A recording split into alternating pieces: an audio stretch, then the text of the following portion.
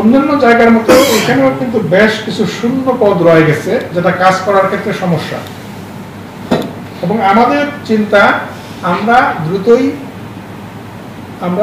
লোক নিয়োগে যাব, আমরা জনবল নিয়োগ করব, আমরা শিক্ষক কিংবা বিভিন্ন পর্যায়ের কর্মকর্তা তাদের আমরা নিয়োগ করব, সেটা আমাদের পরিকল্পনা রয়েছে। আশা করি সেটা এই ঘাটতি কিছুটা পূরণ করবে।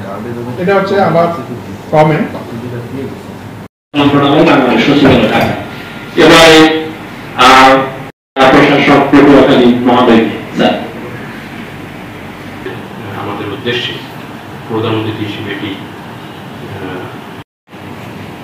প্রাথমিক শিক্ষা যে কয়েকটি শিশুও যেন এই প্রাথমিক বিদ্যালয় গমন থেকে বাদ না পায়।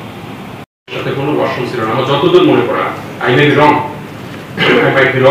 কাজ ওই যারা জীবন উৎসর্গ করেছেন, এই আন্দোলনে আহত হয়েছেন, তাদের স্বৈরাচার সরকার ব্যবস্থা কিন্তু আমাদের ছাত্রছাত্রীরা,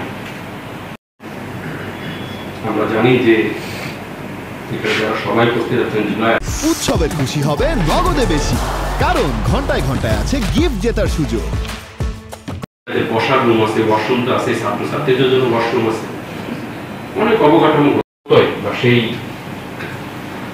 বাংলাদেশকে নগরূপ দেওয়ার ক্ষেত্রে বিশ্বাস করি স্যার আপনার উদ্দীপনামূলক বক্তব্যের পরে নিশ্চয়ই পটুয়াখালী উপজেলা প্রাথমিক শিক্ষা অফিসার, সহকারী প্রাথমিক শিক্ষা অফিসার রয়েছে।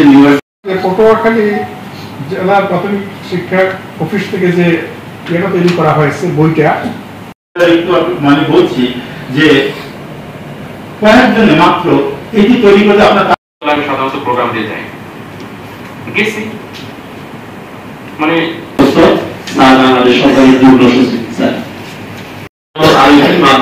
জেলা প্রশাসক পটুয়াখালী মহোদয়কে প্রশিক্ষণার্থীদের উদ্দেশ্যে পরামর্শ